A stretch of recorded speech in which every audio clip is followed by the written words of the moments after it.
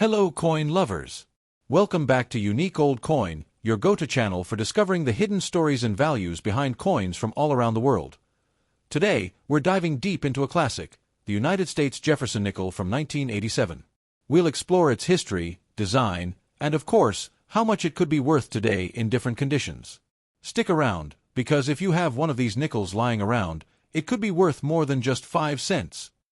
The Jefferson nickel has been a part of U.S. coinage since 1938, replacing the Buffalo nickel. The design was created by Felix Schlag, who won a national competition to design the coin.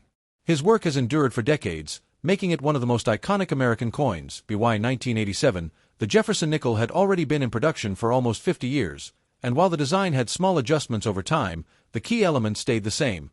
Thomas Jefferson's portrait on the obverse, and Monticello, his Virginia home, on the reverse, in 1987. These nickels were struck at two main mints: Philadelphia Mint, no mint mark; Denver Mint, D mint mark. No nickels were produced for circulation at the San Francisco Mint that year, but proof coins were made for collectors. Let's take a closer look at the details of the 1987 Jefferson Nick obverse. Front features a left-facing bust of Thomas Jefferson, with the inscriptions, "In God We Trust," on the left and "Liberty," with the date 1987 on the right. The mint mark, if present, appears just next to the portrait.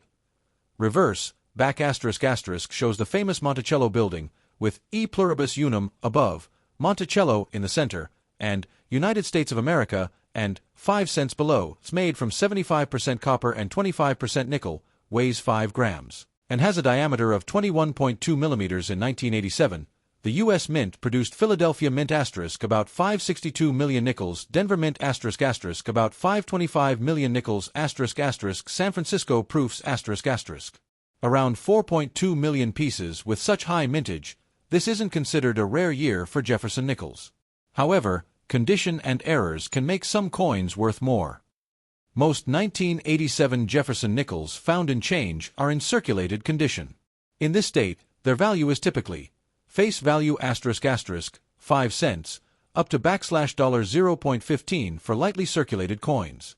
If your coin has heavy wear, scratches, or discoloration, it will likely only be worth face value.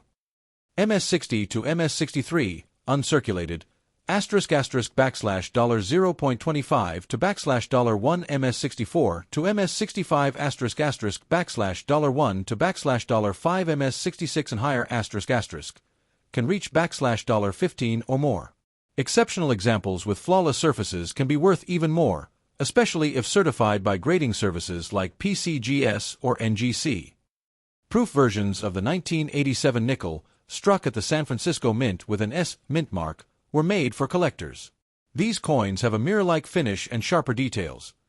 * 1987 S-proof nickel, usually worth $1 to $3 depending on condition, and can be more valuable in perfect PR70 condition. Even common-date nickels can be worth more if they have minting errors. Look for off-center strikes, double dies on the date, or lettering die cracks, clipped planchette. Some of these errors can sell for $20 to $100 plus, depending on rarity and severity. If you want to collect 1987 Jefferson nickels, look for coins with full steps on Monticello, a sign of a sharp strike. Store your best examples in coin flips or holders to prevent damage. Consider professional grading if you believe your coin is in near-perfect condition. So, while most 1987 nickels aren't worth a fortune, the right condition or error can make yours a valuable find. Always check your change. You never know what treasure might be hiding in plain sight. To really understand the 1987 Jefferson nickel, we need to step back in time, not just to 1987, but to the origins of the nickel itself. The nickel as we know it traces its roots back to the shield nickel of 1866. After the Civil War, the U.S. Mint was experimenting with different alloys to create durable small-denomination coins. Over time, the designs evolved, from the shield nickel to the Liberty Head of nickel, and then to the famous Buffalo nickel, which ran from 1913 to 1938. By the mid-1930s, the Buffalo nickel had become difficult for the Mint to strike clearly, and its design was showing heavy wear after years in circulation. The Treasury decided it was time for a redesign, and in 1938 they launched a public competition. The winning artist, Felix Schlag, proposed a design honoring America's third president, Thomas Jefferson, whose influence on U.S. democracy was monumental. The Jefferson nickel debuted in October 1938. Schlag's design featured Jefferson's portrait on the front and his home, Monticello, on the back. Initially, Schlag's original font and reverse design were slightly altered by the mint before production, but the overall concept remained intact. Over the decades, the Jefferson nickel became one of the longest-running coin designs in U.S. history. It even saw a temporary redesign during World War II when nickel was needed for military use. The wartime nickels, 1942 to 1945, used a copper-silver-manganese alloy and carried a large mint mark above Monticello. Fast forward to 1987. By this time, the U.S. was in the middle of the Reagan presidency, the economy was strong, and the Jefferson nickel had been in continuous production for nearly half a century with only minor design tweaks. The year 1987 itself was not a transitional year for the series. There were no new designs or alloy changes, but it was part of a period when the mint was producing massive quantities of coins to keep up with economic activity. Both the Philadelphia Mint, with no mint mark, and the Denver Mint, with D mint mark, struck hundreds of millions of nickels that year. The San Francisco Mint produced only proof coins for collectors, struck with extra care to highlight every detail.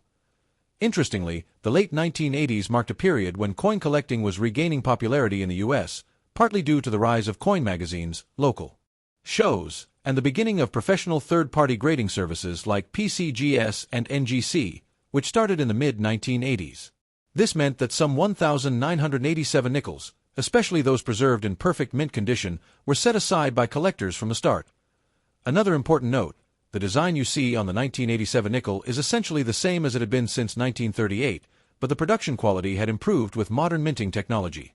Coins from this period often have sharper details compared to earlier decades, although circulation wear can still reduce their clarity. While the 1987 nickel might seem common at first glance, it represents a key chapter in the ongoing story of America's small change coinage, a design born in the 1930s, mass-produced in the high-output mint era of the 1980s, and still found in pockets today, nearly 4 decades later.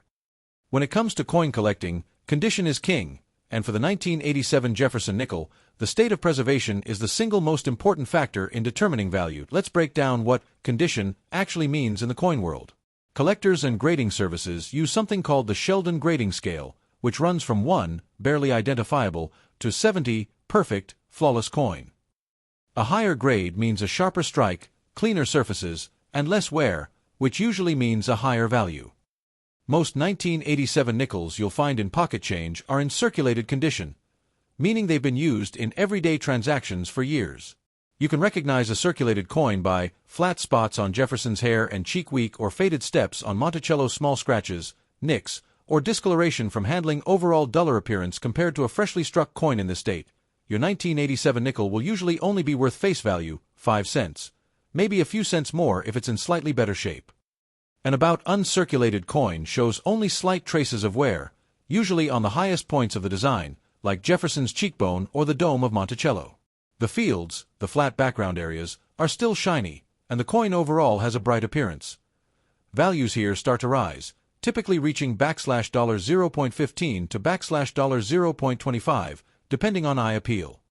This is where things get exciting for collectors. Mint state coins have never been in circulation. They still have their original mint luster, that special cartwheel shine when you tilt the coin under light. Mint state grades range from MS60, lots of marks but no wear, to MS70, absolutely flawless, even under magnification. MS60, MS63 $0.25 to $1 MS64. MS65 $1 to $5 MS66 and above $10 to $20 plus. Finding a MS67 or MS68 1987 nickel can be challenging, and these can fetch much higher prices, especially when graded by PCGS or NGC. There's also a special collector's note, the full steps designation. This applies to Jefferson nickels that show every step on Monticello sharply struck and fully separated. Full steps nickels are more desirable because they show exceptional quality and precision from the mint. 1987 nickel with full steps in MS66 or higher could be worth significantly more than a regular strike. In 1987, the San Francisco Mint produced proof nickels for collectors. Proofs are struck on specially prepared planchets using polished dies, creating a mirror-like surface with frosted details. They're never meant for circulation, so they're usually found in pristine condition. If you want to keep your 1987 nickel in top shape, store it in a coin flip, capsule, or airtight holder. Avoid touching the surfaces. Hold coins by the edges. Only keep coins in a cool, dry environment to prevent tarnishing or corrosion. Never clean your coins. Cleaning can drastically lower their value. So whether your 1987 nickel is a well-worn pocket piece or a pristine gem straight from a mint set, its condition tells the story of its journey and determines how much a collector is willing to pay.